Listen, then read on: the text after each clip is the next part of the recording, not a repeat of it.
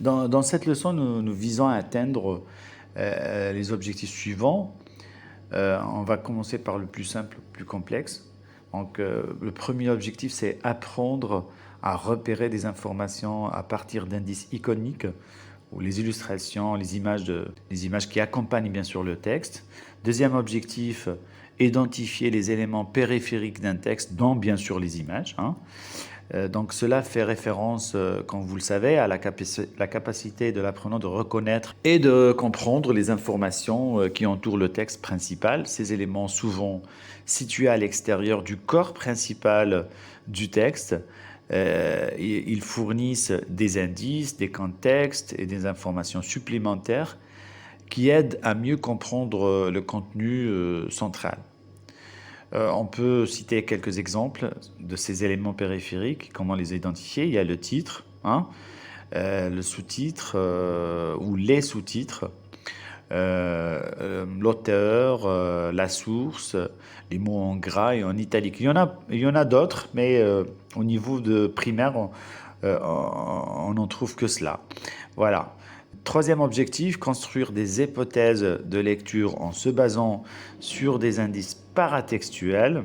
Cela implique la capacité, bien sûr, à formuler des suppositions ou des prédictions sur le contenu d'un texte, en se basant, bien sûr, sur des indices qui se trouvent autour du texte principal appelé paratexte. Quatrième objectif, développer les compétences de lecture ou les stratégies de lecture et de compréhension pour de courts énoncés écrits.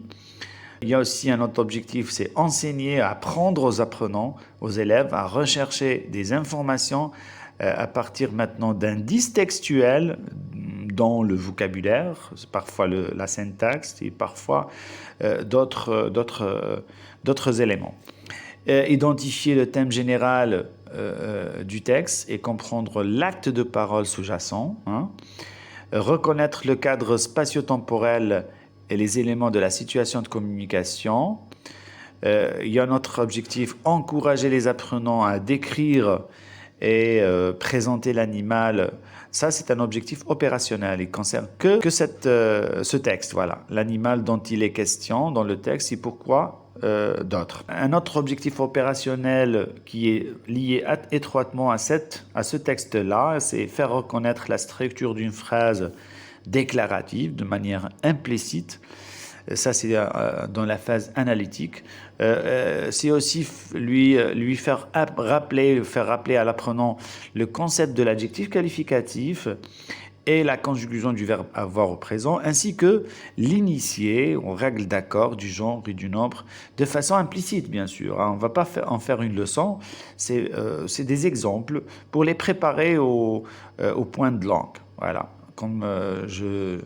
Donc les outils pédagogiques dans cette démarche, nous utiliserons bien sûr les outils suivants. Le texte support intitulé le FINEC contenu dans le livre, dans le manuel. On a besoin aussi des illustrations pour aider à la compréhension. Je ne parle pas de l'illustration qui est contenue dans le texte, qui accompagne le texte, mais des illustrations que l'enseignant doit utiliser, employer pour faciliter la compréhension. Un tableau aussi pour organiser nos idées et les réponses des élèves.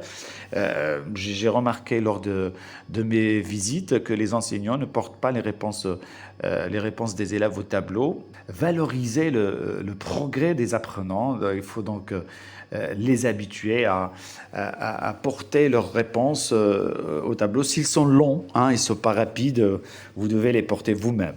Voilà. Salut. On va commencer par le premier moment. Donc, avant de parler du premier moment, je tiens à rappeler à nos collègues enseignants que dans une leçon de compréhension de l'écrit, il y a seulement 3 moments. Il y a les activités de pré-lecture, les activités de lecture et les activités de post-lecture, ce qu'on appelle aussi l'évaluation. Donc avant d'entrer dans le texte, commençons bien sûr par quelques activités préliminaires. C'est des activités qui nous mènent vers la compréhension globale du texte. Tout d'abord, nous allons montrer des illustrations pour éveiller l'intérêt des élèves. Des illustrations sur les animaux de façon générale et puis et pourquoi pas sur l'animal en question qui est le fennec et les immerger bien sûr dans le sujet. Ces images serviront, à mon sens, à créer une connexion visuelle. Hein. Ce n'est pas une connexion scripturale, visuelle avec le contenu du texte, facilitant ainsi la compréhension. J'ai bien dit faciliter la compréhension et c'est pas la compréhension. Je vise pas la compréhension elle-même.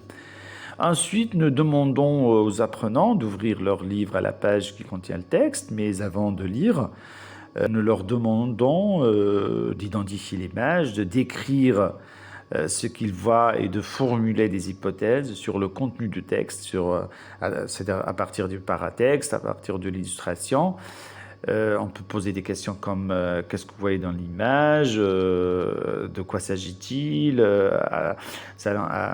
c'est-à-dire en lisant le titre, les enfants, qu'est-ce qui vous vient dans l'esprit? Est-ce qu'on parle de l'école? Est-ce qu'on parle de la rue? Est-ce qu'on parle je sais pas, du stade, du foot, du sport? Est-ce qu'on parle des animaux? Donc c'est à eux de détecter. Toutes ces propositions des élèves seront acceptées et notées au tableau. De plus, nous allons aborder les mots jugés difficiles à comprendre ou à déchiffrer. Donc nous expliquons que la compréhension de ces mots peut être facilitée par un processus de déchiffrement basé sur le découpage syllabique. Les apprenants y sont déjà habitués. Nous encourageons les élèves à essayer de découper ces mots en syllabes pour les rendre plus accessibles et déchiffrables.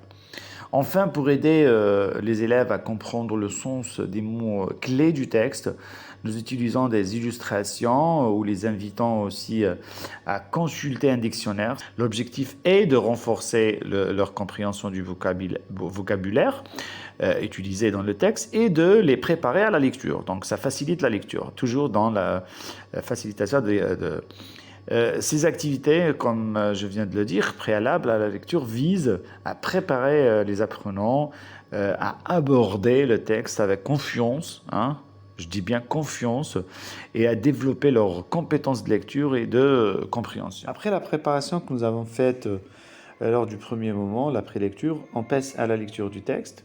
Tout d'abord, on effectue une lecture magistrale où on lit le texte à haute voix pour les élèves, mais il est préférable de poser une question d'ordre global avant cette lecture pour inciter l'apprenant à chercher l'information. Dans notre cas, on peut poser une question, la question suivante, par exemple, de quel animal parle-t-on dans le texte ou de quoi s'agit-il dans le texte? On peut poser aussi une question comme par exemple où vit le Finec. Voilà, ce moment-là est un moment d'observation de la forme du texte. Les apprenants apprennent à observer le texte, sa périphérie, son contenu aussi. Ils peuvent même chercher des mots inconnus qui entravent leur compréhension. Donc, les élèves peuvent se familiariser avec la structure du texte, hein.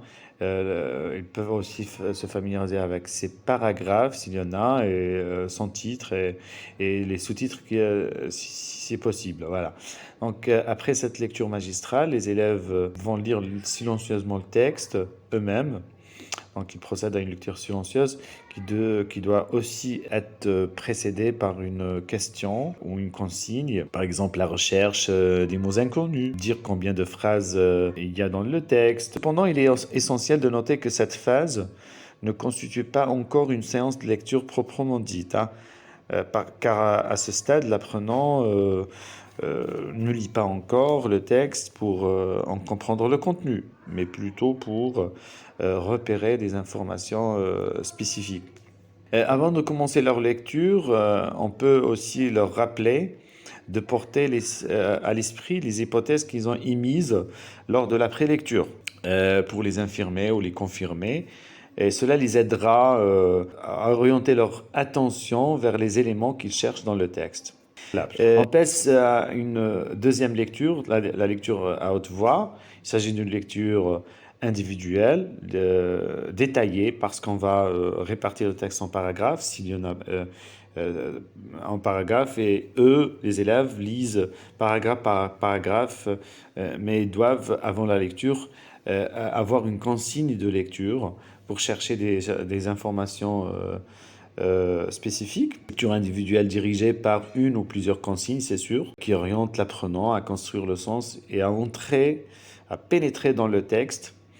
On peut leur proposer des activités qui peuvent aussi appeler plusieurs lectures successives. Donc, en mesure de consignes, on peut, par exemple, dénombrer le nombre de lectures. Donc, la finalité de cette étape est la compréhension détaillée du texte, lu dans sa totalité.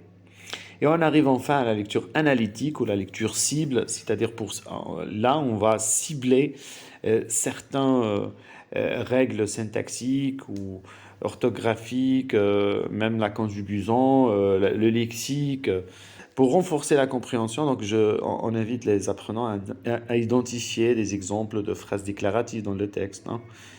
Cela permettra d'aborder l'apprentissage implicite de la phrase déclarative, tout en soulignant l'importance de la structure des phrases dans la lecture. C'est très important.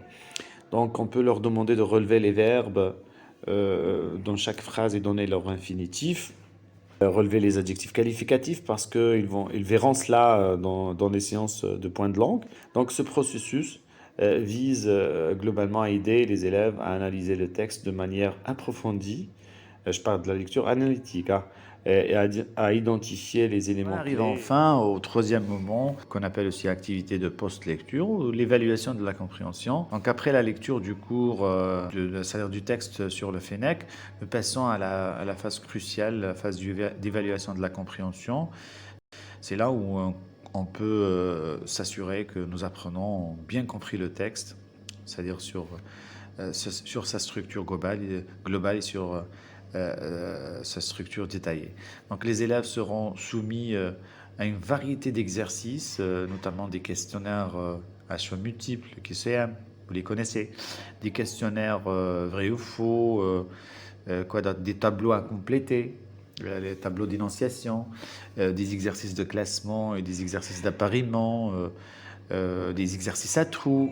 Donc ces outils diversifiés visent à évaluer leur capacité à assimiler rapidement l'information et à identifier aussi les détails essentiels et enfin à structurer leurs connaissances. Ce sont les mêmes exercices, donc il s'agit des mêmes exercices que ceux que l'on peut proposer en compréhension orale. C'est seulement les supports qui diffèrent, hein. Le premier, c'est un support oral et celui-là, c'est un support écrit.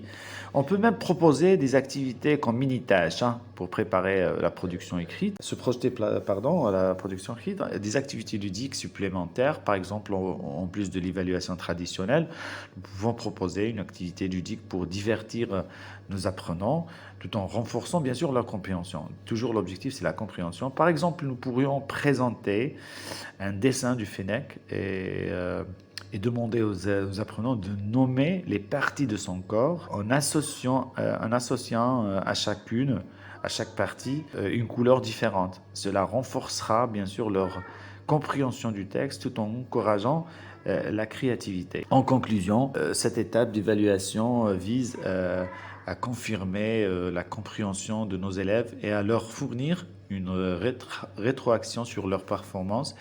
Elle encourage également la participation active et la créativité, renforçant ainsi l'apprentissage de la leçon. Enfin, et pour faire le point, cette démarche de lecture, compréhension, est conçue pour aider nos apprenants à développer des stratégies de recherche et de compréhension, de développer leurs compétences de lecture et de compréhension aussi. En suivant cette séance, ils vont apprendre à analyser des textes, à identifier des éléments clés et à tirer des conclusions pertinentes. Dans l'avenir, bien sûr, je ne parle pas du primaire, hein. Ces compétences sont cruciales pour leur réussite Salut à tous nos fans académique dévoués. future. N'oubliez pas de vous inscrire et de liker notre contenu. Chaque like compte, et votre soutien nous permet de continuer à faire ce que nous aimons. Merci à tous ceux qui sont déjà avec nous et à ceux qui vont nous rejoindre. Ensemble, construisons quelque chose d'incroyable.